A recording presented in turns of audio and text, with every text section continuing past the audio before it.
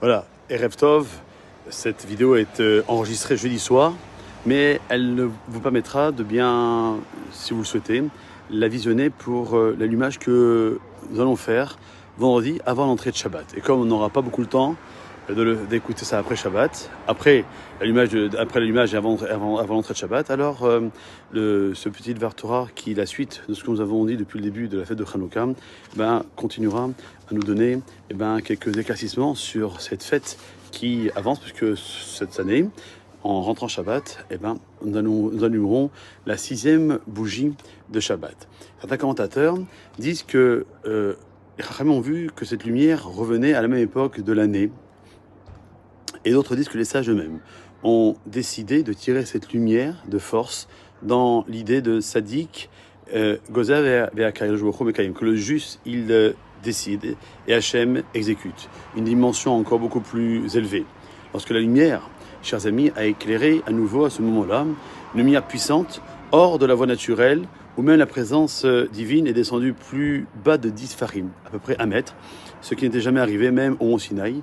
Les sages ont décidé de fixer pour les générations à venir la fête de Hanouka, de remerciement et pour allumer les bougies.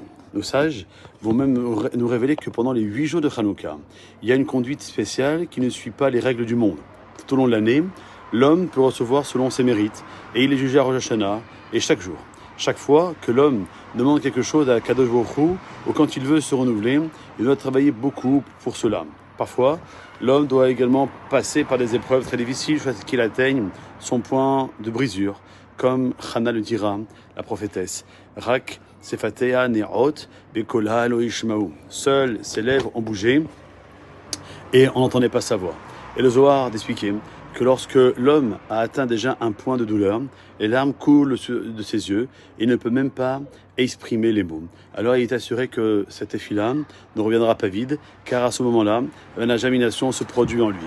Et ça correspond au 6e soir de Hanouka, qui est toujours un Rosh Chodesh, et le fait que le mois de Kislev est 29 ou 30 jours, on rentre en Rosh Chodesh Kislev. Cette année, en 5186-2025, il y a 30 jours en Kislev, donc il y aura 2 jours de Rosh Chodesh, mais des fois, le mois de Kislev a 29 jours, et donc, quoi qu'il arrive, ce soir, on serait aussi Rosh Chodesh Shevet. Le Rosh Chodesh, c'est le renouvellement auquel nous sommes invités à opérer un petit changement dans notre façon de nous comporter et de servir à Kadosh Baruch Hu, et c'est la plus belle lumière qu'on peut apporter, surtout lorsque c'est, comme cette année, un Shabbat avec Hanouka et Rosh Chodesh. Shabbat Shalom Vorach, Chodesh Tov et Chag Sameach.